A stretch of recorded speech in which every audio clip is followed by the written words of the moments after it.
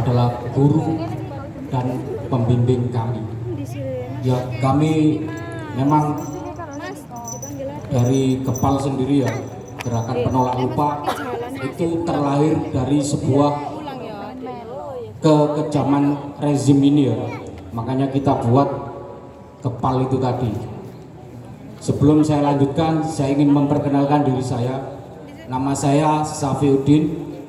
Saya Kordumnya Kepal dan juga Ketua Federasi Buruh yaitu Kasbi di Gresik, yang mana dalam perjalanannya hanya buruh Kasbi yang pernah masuk penjara, dan itu di zamannya rezim Sambari Kosim. Jadi kita dari buruh ini, ketua kami dan sekjen kami pernah di penjara selama 3 bulan. Kalau sudah yang disampaikan oleh kawan-kawan tadi masalah pendidikan ya, kami dari Kasbi sendiri juga punya program namanya KPR, yaitu Komite Pendidikan Rakyat, yang mana setiap tahun kita pasti akan turun aksi untuk menyelesaikan kebijakan masalah pendidikan yang tidak pernah terselesaikan selama rezim ini berkuasa. Dalam 10 tahun ini kami tidak pernah melihat perubahan dalam pendidikan. Yang ada adalah penarikan-penarikan dengan cara-cara yang lain. Itu masih berlaku sampai sekarang. Dan kemarin juga kami sampaikan, Gresik ini kota santri, tapi tidak ada sekolah MAN yang ada di tengah kota. Ini sebuah kekonyolan. Kota santri tapi tidak punya sekolah MAN. Yang ada cuma SMA 1, itu pun cuman menampung berapa siswa. Selebihnya ditampung di sekolah-sekolah swasta yang biayanya cukup mahal sekali. Mungkin bisa dibayangkan, yang masuk di SMA negeri itu rata-rata anak orang mampu. Kenapa saya katakan anak-anak orang mampu? SMP mereka sudah dimasukkan bimbel sama orang tuanya. Kalau anak-anak orangnya nggak mampu, jangankan bimbel, SPP-nya saja masih nunggak. Betul nggak itu? Jadi sangat konyol kalau sekolah di tengah kota itu cuma ada 1 SMA negeri saja. Selebihnya dikuasai oleh swasta.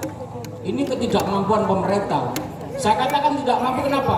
Dia mampu membangun gedung sepak bola yang luar biasa besarnya. Bahkan dananya tidak sedikit. Coba bayangkan kalau itu untuk pendidikan, untuk membangun sekolah MAN atau SMA negeri yang ada di tengah kota. Itu bisa menunjang pendidikan murah. Itu banyak sekali keluhan-keluhan masyarakat ya. Belum lagi kita juga setiap tahunnya menerima penahanan ijazah. Ini sangat luar biasa. Sekolahan sudah kayak kapitalis aja nih. Cuman bicara sebuah keuntungan. Pendidikan hanya dicari keuntungannya saja. Itu di segi pendidikan. Bagaimana di segi kesehatan? Kita tahu BPJS pun naik, rakyat semakin menjerit, sedangkan pelayanannya masih carut-marut. Bahkan kita juga sudah disampaikan oleh kawan-kawan tadi, korupsi pun juga sudah merambah ke masalah kesehatan rakyat. Bagaimana sebuah kesehatan rakyat ini sampai dikorupsi? Bisa kebayang, kita sakit malah pelayanannya buruk. Saya belum pernah mendengar rumah sakit yang dibangun oleh pemerintah di wilayah selatan atau utara. Semuanya tersentralkan ke kota, sehingga ketika ada orang-orang sakit, mohon maaf, terkadang kita ini harus ngantri kamar. Ini sering kali itu masalah kesehatan. Bagaimana dengan infrastruktur? Jangankan bicara masalah jalan-jalan yang ada di pelosok desa, di pinggiran kota, yang ada di tengah kota saja, mulai Matahari, Kartini, sampai depannya kantor Dewi, dalane itu bergelombang. Jangan bicara masalah yang ada di pinggiran kota, yang ada di depan matanya sendiri saja dia tidak melihat. Itu masalah infrastruktur. Jalan ini seharusnya sudah banyak jalan-jalan mulus, bukan penambalan jalan yang setiap tahun dilakukan. Itu di masalah infrastruktur jalan, padahal jalan itu adalah roda perekonomian rakyat, di mana ketika jalan-jalan ini tentunya mulus, enak dilalui. Ini barang-barang yang ada di desa bisa masuk ke kota dengan enak. Bisa kebayang kan yang di wilayah utara Tambak itu habis panen mau ke kota bawa ikan jeglongan, gak ketepaan bandengnya mencolok, Bu. Lagi kayak ngoten lho, pemerintah ini nandi lho, kok gak iso nyawang rakyat ini. Terus masalah perburuan, saya memang dari buruh ya. Pertama, Eski pernah melakukan sebuah kebaikan, itu pun janjinya cuma 1 kali. Pertama jabat biyen bahwa UMK Gresik tertinggi, iya memang dilakukan, tapi setelah itu bobrok maneh. Bahkan sekarang ini pun UMSK-nya Gresik ini nggak keluar, malah kita kalah dengan Pasuruan. Bisa kebayang 5 tahun yang lalu Pasuruan UMK separuh Gresik, saya di Gresik kalah.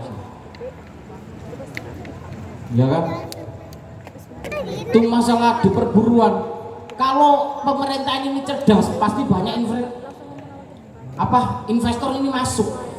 Katanya Sambari Kosim mengatakan investor masuk besar-besaran ke kota Gresik. Mana buktinya? Wah, setiap tahunnya pengangguran itu bertambah. Artinya kalau pengangguran bertambah, investor ini tidak masuk. Ini sebuah kegagalan rezim. Gresik ini kota industri, tapi setiap tahunnya pengangguran terus bertambah. Itu di masalah perburuan. Bagaimana dengan kawan-kawan PKL? Kita tahu kawan-kawan PKL, penggusuran yang dilakukan pemerintah itu sebenarnya bukan sebuah solusi. Kalau pemerintah mau menggusur, oke, tidak masalah, tapi dia harus melihat ke arah mana dia harus ditempatkan. Karena sentral PKL itu harus mempunyai nilai pasar ekonominya, itu harus ada. Jangan seperti kawan-kawannya alun-alun dipindah ke Noto Prayitno. Di sana tidak punya nilai pasarnya, nilai ekonominya gak ada. Yang ada 3 bulan berjualan di sana angka kecelakaannya tinggi. PKL ditabrakin wong itu. Ini pemerintah sebenarnya sudah melanggar perdanya sendiri yang mengatakan bahwa PKL tidak boleh berjualan di badan jalan atau trotoar. Di Noto Prayitno di tengah jalan, Bu. Ini beneran ini pemerintah ini perda dewe dilanggar. Saya juga ingin sebenarnya melihat pemerintah ini membangun kantong-kantong PKL wilayah selatan, wilayah utara, sehingga roda perekonomian untuk masyarakat ini benar-benar terbangun. Itu belum pernah dilakukan. Kalau penggusuran iya, penataan untuk PKL belum pernah ada.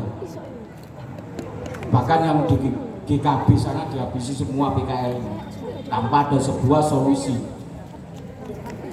Anjanya enak wong gusur, sing digusur iki.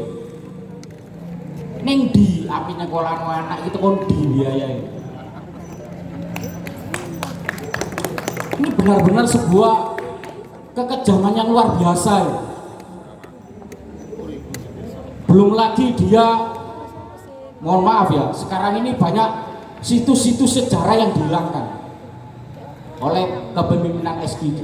Dia membuat situsnya baru, situs-situs baru dia bangun. Karena apa? Dia ingin meninggalkan sejarahnya sendiri dengan membuang atau menghilangkan sejarah-sejarah peninggalan yang lama-lama ini dibuang semua. Alun-alun dia ini kok sumur bore, yang mana di tengah alun-alun atau di pinggiran itu depannya Alfamart itu untuk masyarakat sekitar dan tidak pernah dipakai oleh masyarakat luas. Di alun-alun sana sumur bore zamane eski lho dibuntu. Oh, sumber banyu lho, sumber masyarakat sampai dibutuh Masya Allah. Kok sodok nyeleneh, sodok nyeleneh, malah saiki bangun gajah. Gajah itu gak ono motoe, kok pemimpin ngilangke lho. Gak ono motoe iki. Berarti apa nek gajah gak ono motoe? Pemimpin iki gak iso delok. Gak ono gadinge, berarti pemimpin iki gak ono istimewa. Gak ono kupinge, ya berarti pemimpin iki budek. Gak iso ngrungokno keluhan rakyat. Terus maneh gajah iki gak ono buntute. Wong buntut iki lho gajah nang ndi lah mesti nyekel buntute. Artine pemimpin saiki iki gak kena gawe panutan. Gajah nang ndi runtuhan kebuntut soalnya. Iku lho dilani. Iku ngomongnya seni. Kene goblok kene iku ngomong seni. Sing diarani seni iku onoe nek gedung kesenian. Nek ate ono di fasilitas umum itu bukan kesenian, tapi itu sebuah kebodohan mereka yang dituangkan dalam sebuah patung tersebut.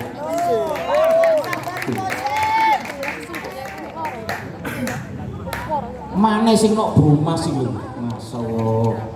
Jerene iku Tugu Lontar iku sing bangun smelting. Smelting pek Jepang, mosok Jepang tau jajanake iki lho digaekno tugu gambar. Tugu Lontar sing ngantuk. Kok gak ono sing anu maneh lho. Banyak sekali ya, rezim ini sungguh sangat luar biasa. Makanya saya minta aplaus lah untuk kawan-kawan hari ini ya. Karena kawan-kawan ini semua ketika mahasiswa ini gerak, ketika pemuda-pemudi ini gerak, ketika masyarakat ini gerak, ada apa dengan pemerintah Kota Gresik ini? Jelas mereka tidak mampu untuk menyelesaikan persoalan-persoalan yang ada di Kota Gresik.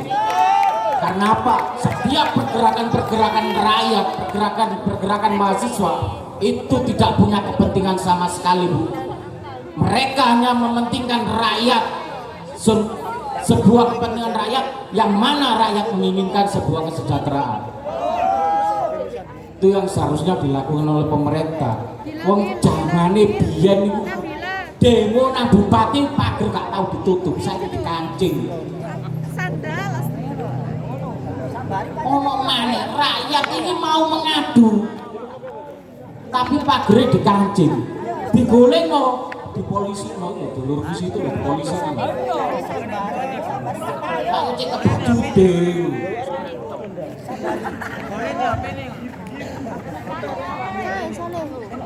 Ya kalau saya bicara masalah itu, enggak, kami di sini bukan mau kampanye sebenarnya sih. Kita memang menolak rezim, bukan berarti apa kita berkampanye, enggak. Siapapun besok yang menjadi pemimpin, ketika dia tidak membela kepentingan rakyat, maka jalan satu-satunya adalah melawan. Karena kita lahir dari sebuah gerakan, kita tanpa kompromis. Jadi saya berharap juga kepada pemimpin besok sing ngerti nanggone rakyati. Ketika Anda tidak mengerti terhadap rakyat, maka rakyatlah yang akan berjalan, rakyatlah yang akan bergerak menuntut sebuah kesejahteraan itu. Terima kasih buat kawan-kawan semuanya. Sebenarnya ada yang kurang di sini ya. Saya kurangnya apa? Pemudanya sini lho kok gak ono sing tuwek-tuwek to. Ning ndi sing nom-nom iki? Apa maneh sing wedok-wedok iki lho. Oh sing nom-nom iki lho nang ndi lho. Hidup rakyat.